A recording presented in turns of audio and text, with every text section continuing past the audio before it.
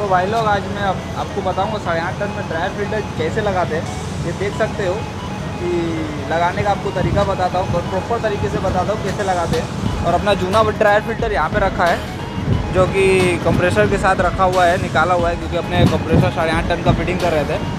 तो सोचे अपने कि आप लोग को भी बता दूँ कि ड्रायर फिल्टर लगाते कैसे। तो ड्रायर फिल्टर लगाने के लिए ना, यहाँ पे नॉइज़ वगैरह एक्चुअली ज़्यादा आ रहा होगा, तो थोड़ा आप लोग को कोऑपरेट करना पड़ेगा।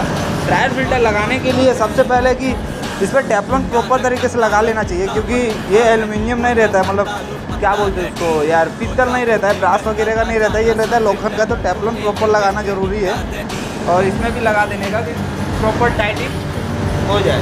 देखो, क्योंकि ड्रायर खोला हुआ है अभी, देखो अपने इसको टाइट करते हैं। टाइट करने से पहले मैं आपको बता दूं कि ये है ना, अपना जो एरो रहता है, ये जो तीर का निशान है, वो कभी इंडोर की तरफ रहता है, या तो एचयू वगैरह में लगा रहे हो तो एचयू की तरफ रहता है, ना कि एचयू के आउटडोर की तरफ।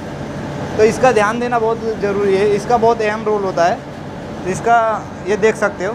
अभी इसको फिटिंग कर दें, ठीक है। यहाँ पे अपने रख दिए।